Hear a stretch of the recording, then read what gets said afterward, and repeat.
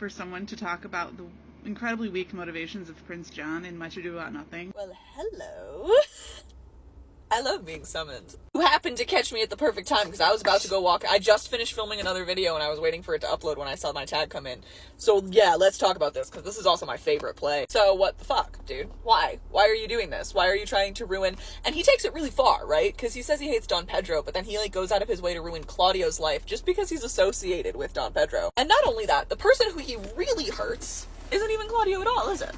It's Hero. There are some clues into the text that give us a very basic idea of what Don John's motivation could plausibly be, but it's mostly Elizabethan context. So let me explain it. Much Ado is one of those plays, and I think that this is why people still resonate really, really hard with the tragedies in ways that sometimes the comedies slightly miss people at, is because a lot of the comedic intent in a lot of the comedies is dependent on Elizabethan jokes, and we don't know them anymore, unless you're me.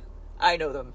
But that's because I'm crazy. Dogberry in Much Ado About Nothing is an incredibly hard role to play, particularly because a lot of his jokes are malapropisms. It's him replacing a word with the wrong word, but a lot of the times the word that he's replacing it with is not a word that we use in our everyday language anymore, or the word that he's replacing is not a word that we use in our everyday language anymore, so the jokes don't land. The most brilliant interpretation of this I've ever seen, by the way, was a Globe production of Much Ado where they set it during the Mexican Revolution, so they turned Don Pedro into Pancho Villa, and then they had Dogberry playing the American following him with the camera, and so whenever they were doing like the American accent, it was them like speaking English, and whenever they were like doing an English accent, it was them like trying to speak Spanish, right? And so it was him messing up Spanish was the translation, and it worked so well. Also, Much Ado About Nothing with all of those bright colors and the women with the bullets strapped across their chest. Whew, that was a good production. Anyway, what do we know about Don John?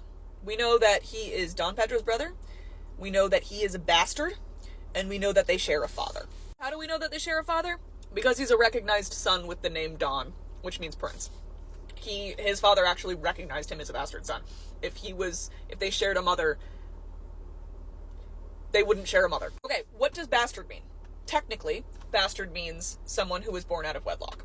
Legally, during the Elizabethan era, bastard meant that you were born out of wedlock, but a lot of the time it also meant that you could not inherit. It meant that you were like not recognized legally in certain ways. Henry VIII had a bastard son, Henry Fitzroy. He had Henry Fitzroy even before he divorced Catherine of Aragon, but it doesn't matter. Henry Fitzroy doesn't count. Don John is better off than most bastards. What we can see is that not only has his father recognized him and given him a title, but also employment.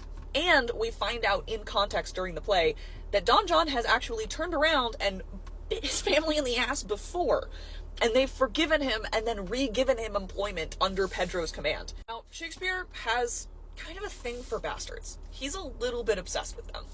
If you've read King Lear, there is a fantastic monologue by Edmund in there. Base, bastardly, base. Oh, it's one of my favorite ones to do just because it sounds so fun. Shakespeare actually has kind of a big fascination with people in general who, by an accident of birth, are some sort of minority or oppressed. Whether that's women in Much Ado About Nothing and in all of the cross-dressing plays, or it's Othello, or it's Shylock, who I just talked about in the last video I uploaded. A lot of the times when Shakespeare's picking his own material, he likes to take care, and Taming the Shrew too, right? He likes to take characters and look at why they're like that. Oh my god, my stomach growled so loud, guys. Remember, Don Pedro was a prince, okay? And also, Don John has rebelled on his family once before, been forgiven, and then been forced to work directly underneath his brother, who has had direct command of him in this war, and listen to everything his brother has to say. And he will never inherit anything, because he can't. Everything that he has is it is a gift his father is giving him, basically. Acknowledging his existence is something that his father did that he didn't have to do. Like, do you understand? The resentment that Don John feels doesn't actually come out of nowhere. It's just implied in the text that he is in a very specific financial and legal position that does not exist anymore. That production at the Globe I was talking about turned Don John into Don Juana. And I think that that made a lot of sense for people who, like, can kind of imagine, like, oh, like, how women are treated. I think that that is kind of the closest translation you can get to how, like, a bastard would have been treated, is the idea, right? Like, women can't inherit. Most people are more familiar with that than the idea of bastardry. However, more layers here. There are moral implications to being a bastard. You have to remember that at this period of time, everybody is religious. That's not something that is like an option. It is something that is ingrained into everyone, to the very dregs of every bit of society. Everything is Christianity. And sins can be inherited. That's actually the basis of Christianity. Adam and Eve, sins inherited by people, right? Okay. What is having sex out of wedlock? Right. Now imagine everyone around you knows that you were the product of a sin. And imagine how they might treat you. If you had to read the Scarlet Letter, basically that, right? Don John is basically walking around with a Scarlet Letter his entire life, and he has been since the moment of he was born, and it was not by his own choice. His parents did something, and it will affect him and the entire way he walks through the world for the rest of his life. And he has now been forced into proximity with the person whose very existence makes him feel so bad. Because Don Pedro is not only the golden child who was born in wedlock and will inherit everything, but also he is extremely successful, extremely cool, and everybody likes him. Don Pedro is genuinely a really nice guy. He is genuinely just a really nice guy who's good at his job and cool and fun, and everybody likes him. That is Don Pedro's character, which is actually really important to the plot and the point that Much Ado About Nothing is making about the patriarchy. Could you imagine, like, being forced to wear a proverbial Scarlet Letter, and then that being your brother, who then is also your boss?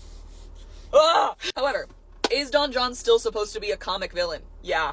The stuff that he says is supposed to be funny. Most of the stuff in Much Ado About Nothing is supposed to be funny. Because the comedy is what makes the crux of the plot work, right? You can't have the comedy without the tragedy, and you can't have the tragedy without the comedy. That's how emotions are. However, reading Don John in the context of being part of a marginalized group of society, which he is, makes him more interesting. Because who does he actually hurt? He wants to hurt Don Pedro. He can't figure out how to hurt Don Pedro. He just does the first thing he can think of to hurt anyone around Don Pedro. Claudio, close enough. So, because he thinks it's going to hurt Don Pedro's honor, right? If he can hurt Claudio's honor. But who does he actually hurt? Whose life does he ruin? Heroes. Because women are pawns, right? Even though he is marginalized, him thinking about himself and hurting the people who are not even directly oppressing him, right?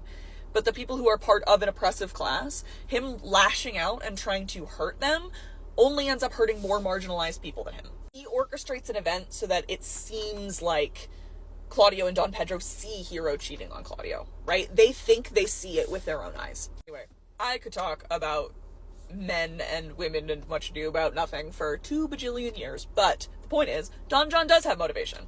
It's just implicit in the plot instead of explicit, and contextually so mired in the 1500s that you need to be insane like me to get it on first read or first watch. But he is also intended to seem like a comic villain, because he is one. We are in a comedy.